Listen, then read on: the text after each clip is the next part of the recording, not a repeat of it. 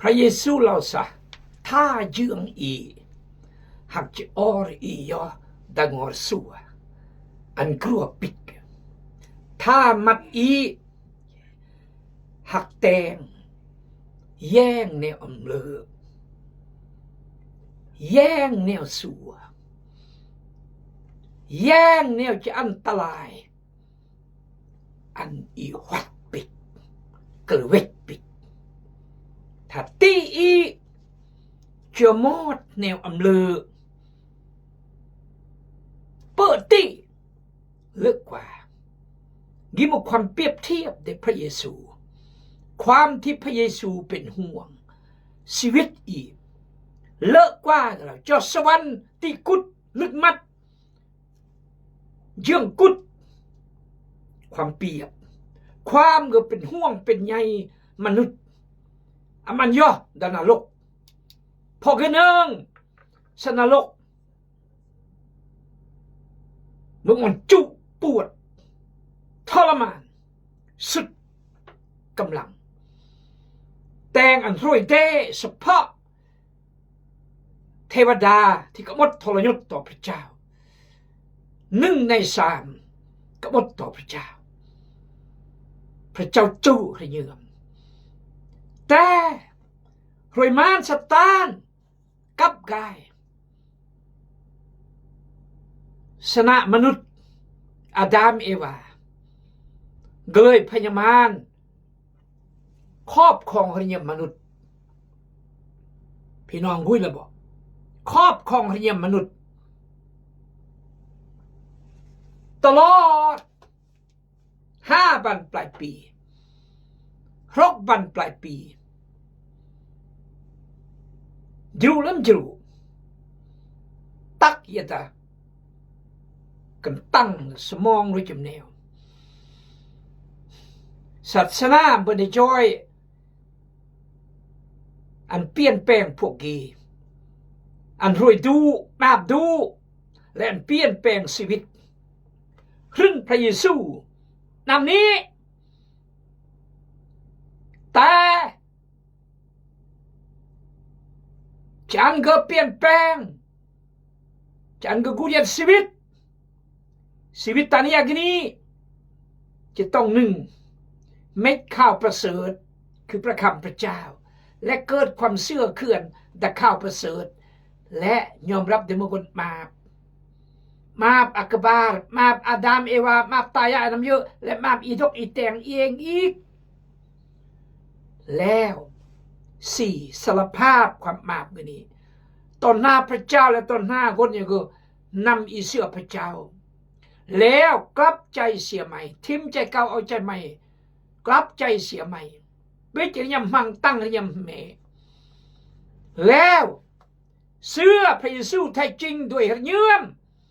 อำมด้วยสมองอำมด้วยเรื่องพื้นปลาเสื้อระเยื่อมมุสลิมพระเยซูมาพระเจ้าหานสามมือเวรจักหานมามก็กำลังมาอีเสื้อก็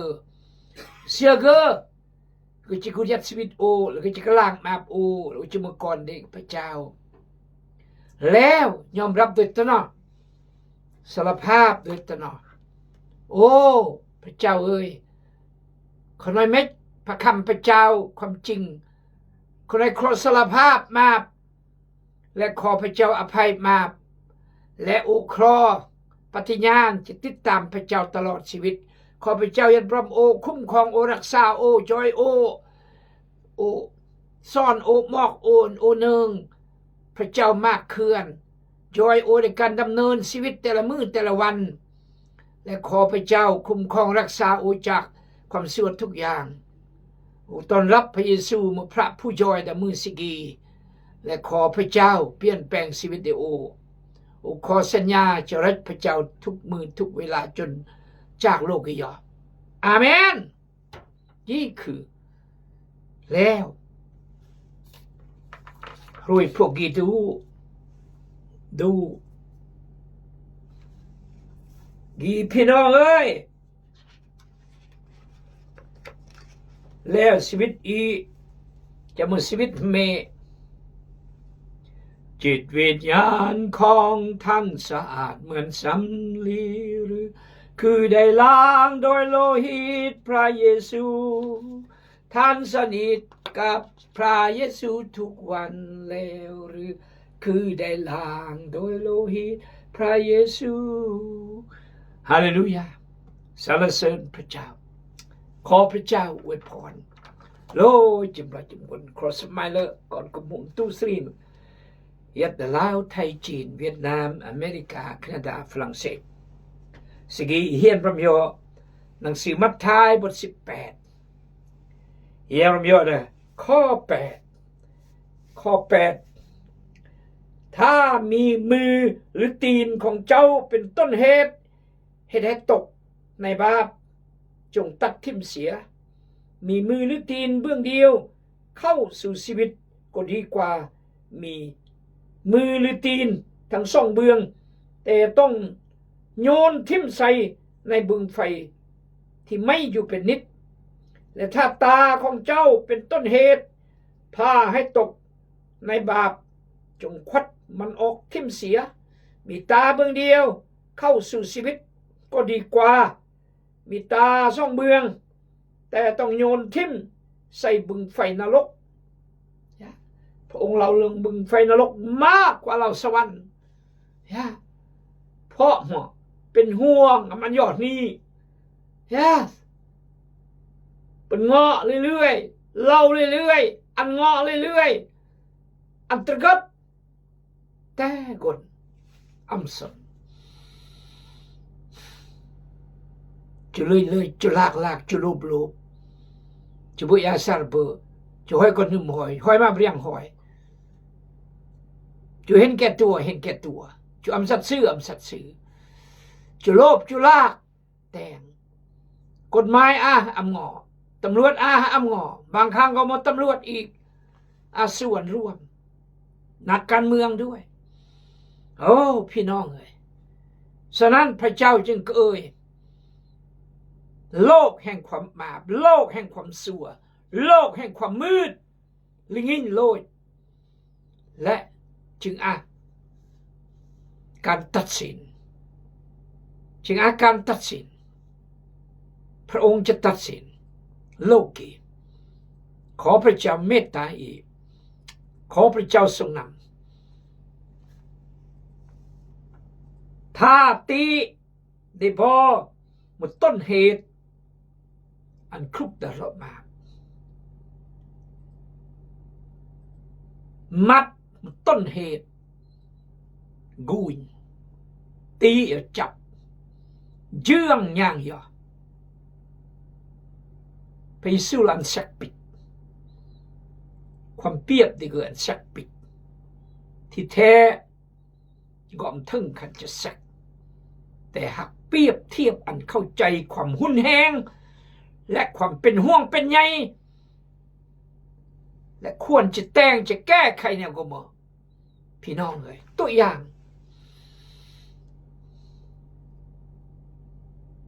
สกีมาหมดจะมาบลิกมาเนียวและเฮียนตลอดมวยกายต้องห้อยดักกันติ้งดีเลยว่าอย่าแต่มาเปลืองมากรึบผ่านเพื่อเฮ้ยมาเฮียดีกับจะบุยแจ้วกับเบอร์เฮียเลย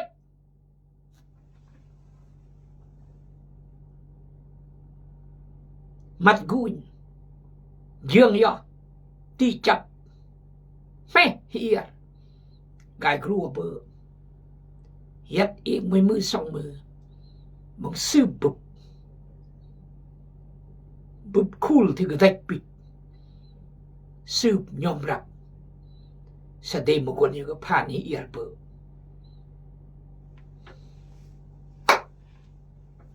อดเบอร์แจ้วแล้วอักคดีอดเบอร์แจ้วแล้วเสียหน้าอดบ่แจ้วแล้วถึกปับไหมอดบ่แจ้วแล้วมุพราม กี้คือความหมายอันเกลเวกปิดอันแสกปิดเพราะผลกระทบก็มากผลกระทบก็มากเสียกำราเดทั้งจิตเท่าแก่แล้วจิบิคักมันก่อนหึ่มแย่แต่เต็มล้นด้วยความสุขมาความมาแล้วก็มาความผิดแล้วมาความฟ้องจิตใจ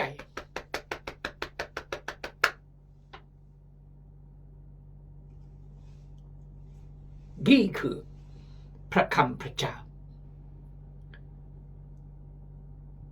โยกมือเลิกกว่าเบอเจ้าแล้วถึกเบียงปั๊บใหม่เสียหน้าร้อยกุ้งยอมมาเบียงก็พรามยอมมาเบียงก็ถูกเสียมูเสียมัดถามคริสเตียนบางลงวินัย3 เดือนบ่6 เดือนบ่ใส่ประกายเฮียบาโตแพงกว่าเบอเจ้าแพงกว่าเฮียไม่โตกันนี่ทำนองกี้แหละเพซูเราพี่น้องเอ้ยพระคำพระเจ้าสุดยอดสุดยอดคักเริ่มคักเนี่ย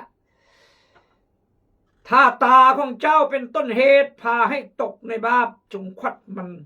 ออกทิ่มเสียมีตาเบื้องเดียวเข้าสู่ชีวิตก็ดีกว่ามีตาทั้งสองเบืองแต่ต้องโยนทิ่มใส่บึงนรกอาจจะได้เครื่องอัมเบรียแต่ติดนี่ติดชินอารมณ์อาจจะยัดกังเปรียพอสมควรแต่มันเรื่องอยู่จุดอาจจะขับรถราคาแพงแต่ติดนี่เลยกับมันเรื่องอยู่จุดเยอะก็มือเลิกกว่าทำนองนี้พี่น้องเอ้ยพระเยซูสอนอันอีเดอันอิสลาดคิดอันอีเข้าใจต่อยอข้อ10จงระวังให้ดีอย่าดูหมิ่นเด็กน้อยเหล่านี้แม้แต่ผู้หนึ่งหาบอกพวกเจ้าว่าเทวดาประจำของเขาในสวรรค์เฝ้าอยู่เสมอต่อพระพักพระบิดาเจ้าของเขาผู้ทรงสถิตอยู่ในสวรรค์กีเราก็แย่อีโลยจมกนเทวดาก็เฝ้ารักษาก่อนแย่พระเจ้าก็เฝ้ารักษาเมื่ออีกายเนื่องพระเจ้าแล้วก็เหมือนก่อนแย่นี่แหละเหมือนอาจารย์เบียร์เราอยู่คริสเตียนเป็นคนอ่อนแออย่างนี้คือกับเราอะไรก็ขอพระเจ้าช่วยอะไรก็ขอพระเจ้าช่วยไม่ดิ้นรนเราเอง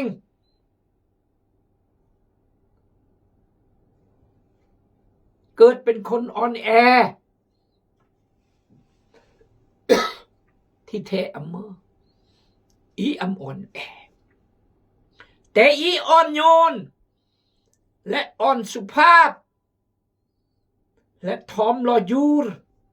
พึ่งพาพระเจ้าอีอวดตัวจองห้องยิ่งพยองขอโทษยกผม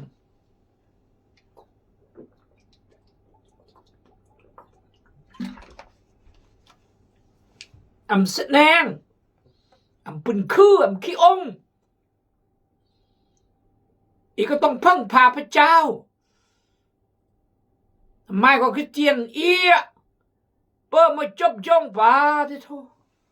เต็มแต่โลกกีและพี่น้องจะคิดนะมั้งฉะนั้นจงระวังให้ดี อย่าดูหมิ่นเด็กน้อยเหล่านี้แม้แต่ผู้หนึ่งความหมายเนี่ยก็บอกแต่ดูหมิ่นเด็กน้อยเหล่านี้แม้แต่ผู้หนึ่งความจริงอยู่กี่กดแย่บอมหนึ่งเหรอกดแย่ไปเย่ดูดิจ้ะหายวุ่นวายเปลี่ยนผู้นำเราเรียกอาการอายุส่งไรจะพูดลงไรเนาะทำนองนี้อันนอสะดุดอันนอน้อยใจอันนอบุบเดียความร้อยความรายจากอาจารย์ศิษยาภิบาลหรือผู้ใหญ่พระเจ้าบอกอันอีระวังฉะนั้นคริสตจักรแต่คริสตจักรจึงมอนสอนละน้อยครูสอนละน้อยเปรเยงละน้อยเพราะสำคัญการจะใหญ่กว่าน้อยใหญ่หอยละเวลน้อยหอยใหญ่ถ้าทำลายจิตใจเนาะเมื่อน้อยอย่างน้อยได้รับความอบอุ่นได้รับความรักได้รับความดูแลได้รับการกำลังใจสนอสำคัญ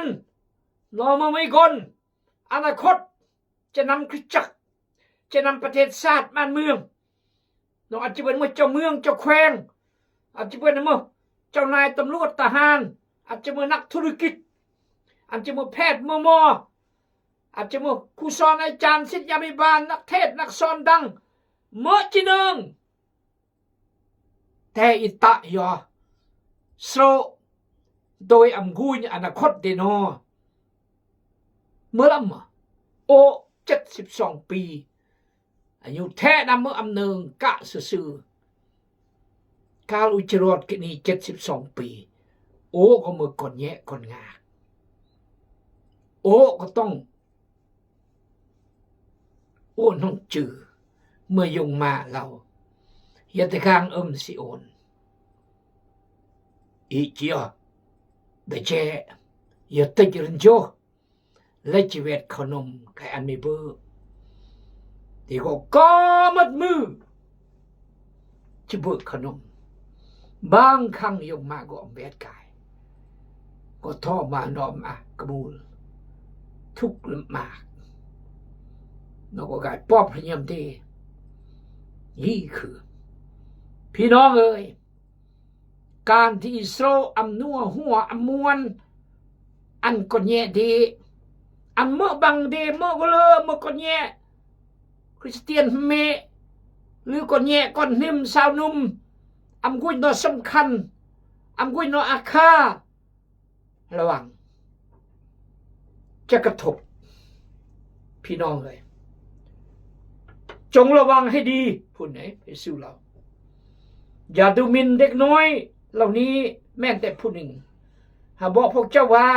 เทวดาประจำของเขาในสวรรค์เฝ้าอยู่เสมอต่อพระพักพระบิดาเจ้าของเขาผู้ทรงสถิตอยู่ในสวรรค์โดยว่าบุตรมนุษย์ได้มาโพสเอาผู้ที่ลงเสียบไปแล้วนั้นให้พ้นเด็กน้อยก็ลงเสียบไปผู้ใหญ่ก็ลงเสียบไปเวียกในพระเยซูคือเดืองประกายจะเดืองประกายยำนอนห้องแย่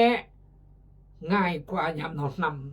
ำฉะนั้นฮีบฝึกฝนเยก่อนเมื่อนอนห้องแย่จึงเป็นห่วงคู่ระวีคู่ละน้อยที่เปลี่ยนคริสตจักรต่างๆบางมอนครออันจอยต้อมันจีซุ่มละน้อยสอนละน้อยอย่าจันกุงมกไปเรายงนี่ซ้อนคนแย่อยู่สวดขอพระเจ้าอวยพรคู่ละน้อยเลยจำคนเพราะสำคัญพวกเจ้าคิดอย่างไรถ้าคนผู้หนึ่งมีแกะอยู่ห้อยโตและตัวหนึ่งลงเสียไปจากฝูง เราจะบอกปะแกะ99ตัวไว้อยู่หันแล้วไปซอก5ตัวที่ลงเสียไปนั่นบ่สิความเปรียบพระเยซูแกะมี100ตัวถ้าโมเดก็คืออาลัมโบมี100ตัวอย่างแต่กรอกให้ล้านไม่ตัวนับนับไก่99ตัวนับอีกไม่รอบก็99ตัวล้านไม่ตัวที่แล้วนะมั้งโอ้ยจ้าล้านไม่ตัวลำบุตลกน้อง99เยียง99ก็ตัวแห้งไม่ตัวจ้ามั้งเป้มือแนวนี้กับกาย99ตัวก็ปลอดภัยอยู่แต่กรอกแล้วก็แปลอุ่นเดฟลอตนี่กรอกคือเลอะแล้วหมดสนัดเก็บกอกกับหมูดีกระเวกกระมีดเสดกวงหริยากอกย่างย่อแยงลำบุยดาร์เมกามุกการกองกุรงกุรวยสอกดีพระเจ้าอันความเปรียบเทียบ yes เขาบอกพวกเจ้าตามความจริงว่าถ้าพบแกะโตที่เสียแล้วนั้นผู้นั้นคงมีความสมซื่อยินดีในแกะตัวนั้นหลายกว่าแกะ99ตัวที่บ่ลงเสียไปเพราะหน่อยอย่าเลิกเบื่อลำเลยเด้เบียร์มันจะเป็นห่วงเลยไงเลิศยวมที่บุบลำบูโตที่กลายกันนี่เนาะพี่น้องเลยก็ดีลำบูลายน้ำมันตูเด็กคริสจักรพี่น้องมีคนพื้นอุเดมวยครอบครัวเย็ดอเมียดหมดพระคัมภีร์หมดปุ่มเพลงประกายครอลาคริสเตียนพอเย็ดนี่เบือนมากปีเจริญเก่าน้ำดอมเจ็บมวนลาดเลยลำโบตัวนี้ครอบครัวกันนี่มันลำโบเปรียบแบบนี้แหละและพวกเย็ดนี่จอร์ยอได้คิดเนี่ยก็มายาก็บอกเลือดเยี่ยมซ้ำบอกหรือจะเป็นห่วงเป็นใหญ่นี่คือพระเยซูเราถ้าเมื่อแต่งอันก่อนแย่ไม่คนสะดุดนำเขื่อนเกิดรูรีเพราะยงมาตายแหมและคริสจักรนี้สิญญาบิบาลในจางคู่ซ้อนแต่งอันสะดุดอันนอกเกิดความทามแต่เมื่อไอ้จานเอียดเกิดแต่เมื่อไอ้จานยกขี้ยกนายตลอดแต่เมื่อไอ้จานยัดตะโบดแต่เมื่อไอ้จานเบื่อนกีเบื่อนกันนายเบื่อนวัตถุสิ่งของกลางเลอะเขื่อนไม่ลังบ้านลังเฮ้ยพี่น้องคิดนะกูมาพี่น้องสะดุดสะดุดมาคนอย่างนี้อุณหงขอพระเจ้าเมตตาอีก yes สักปิจมตีกันนี่เยื่องกันนี่มัดกันนี่ที่แต่งอันเป็นสะดุดสักปิถ้าอยู่รักพระเจ้ารักพี่น้องอีจำแต่งอันนอสะดุดอีจำแต่งเอาความท่ามต่อชีวิตแต่งเมื่อยงซิโอนแต่มาตะซิโอนจึงแต่งแนวนี้เราจ้างให้มันเราจอมย่อ